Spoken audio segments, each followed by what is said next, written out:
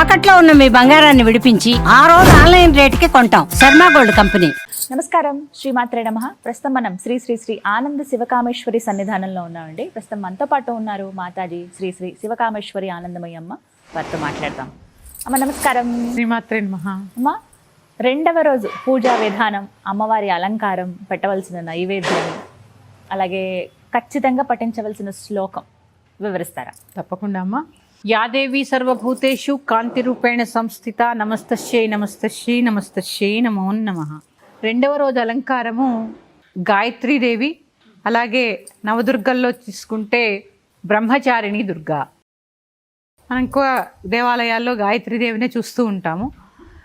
గాయత్రీదేవి ఆవిడకి చక్కగా చూడండి 5 ముఖములు ఉంటాయి. ఒక చేతిలో యజ్ఞోపవీతాన్ని కూడా ధరించి ఉంటుంది. ఇక్కడ ఆ ముఖముల యొక్క ప్రత్యేకత తెలుసుకుందాం. 4 ముఖములు 4 వేదములు. 5వ ముఖము పరమాత్మ యొక్క తత్వము. ఈ 4 వేదములు కలిపితే వచ్చేదే పరమాత్మ యొక్క తత్వము. ఇది చెప్పేదే మనకి గాయత్రి. మన జీవితంలో మనం ఏ పని చేసినా శాస్త్ర సమ్మతమైనది చేయాలి అంటే వేదాలని అనుసరించవలసిందే. అంటే మనం ఇక్కడ అందరము తప్పకుండా గాయత్రిని అనుసరించవలసిందే. ఇదైతే ఖచ్చితం. గాయత్రీదేవి మనకి జ్ఞానాన్ని, అలాగే బుద్ధి కుశలతని, ఎందుకంటే జ్ఞానానికి ప్రతీక కదా ఆవిడ, బుద్ధి కుశలతని ప్రసాదిస్తుంది. ఓం గాయత్రీ మాత్రే నమః అనే నామాన్ని చక్కగా ఈరోజంతా చదువుకోండి. లలితా సహస్రనామం ఎలాగ చేస్తాం కాబట్టి మనం ఈవిడికి సమర్పించవలసినటువంటి నివేదన కొబ్బరి అన్నము. కొబ్బరి అన్నము. ఆవిడికి కట్టే చీర రంగు ఆరెంజ్ కలర్ కానీ కనకాంబరం రంగు కానీ. ఎందుకంటే చూడండి, సన్యాసాశ్రమ దీక్షలో ఉన్న వాళ్ళు కూడా కాషాయం ధరిస్తారు. జ్ఞానానికి త్యాగానికి గుర్తు కాషాయం. అలాంటి రంగు ఆవిడ ధరిస్తుంది. అలాంటి చీరని ఇవ్వాలి. అలాంటి పుష్పాలే మనకు దొరుకుతాయి కదమ్మా, అలాంటి పుష్పాలే చక్కగా పూజ చేసుకోవాలి. ఆవిడ మనకి జ్ఞానాన్ని, బుద్ధి కుశలతని ప్రసాదిస్తుంది. ఓం శ్రీ గాయత్రీ మాత్రే నమః అనే మంత్రాన్ని చక్కగా పట్టించుకుంటూ, గాయత్రీదేవి స్తోత్రాలంటే గాయత్రి మంత్రం మనం ఇప్పుడు ఉచ్చరించలేం కాబట్టి ఈ మంత్రం చేసుకుంటూ చక్కగా పూజ చేసుకోండి. ఆవిడకి నివేదించవలసింది మాత్రం కొబ్బరి అన్నము.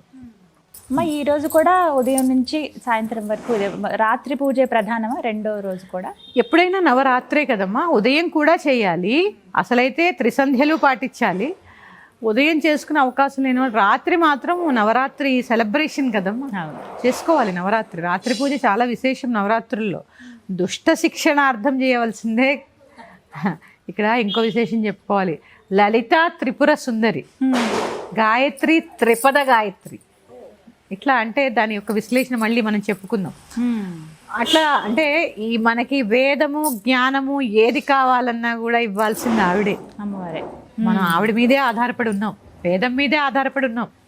అందుకని అందరూ కూడా చక్కగా గాయత్రీదేవిని చక్కగా అర్చనాది కార్యక్రమాలతో తృప్తిపరిచి ఆవిడ అనుగ్రహానికి పాత్రులు కండి.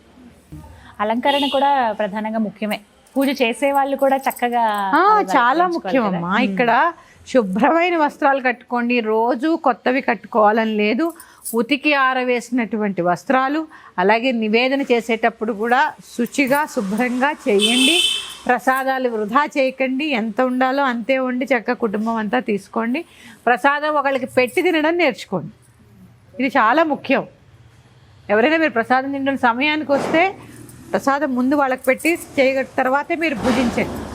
అదైతే ఖచ్చితంగా ప్రసాదం ఎప్పుడు పెట్టి తినాలి. అందుకే ప్రసాదం అదొకటి అలవాటు చేసి సమర్పణ భావన అది రావడానికే దానికి ప్రసాదం అని పేరు పెట్టారు. అంటే ఇవాళంతా కూడా జపం చేసుకోవడం, అమ్మవారి నామమే చేసుకోవాలి. పని చేసుకుంటున్నప్పుడు రోజంతా కూడా నామంలో గడిపితే చాలా అదృష్టం. కొంతమందికి అదృష్టం ఉంటుందమ్మా. ఆఫీసులకు వెళ్ళిపోయే వాళ్ళు ఉంటారు కాబట్టి బండి మీద వెళ్తూ కూడా జపం చేసుకోండి. నామమే కదా. ఎందుకంటే ఈ విశేషమైన రోజులు కాబట్టి చేసుకోవాలమ్మా, చేసుకోవాలి. చక్కగా వివరించారమ్మా. ధన్యవాదాలు. శ్రీమాత్రే నమః.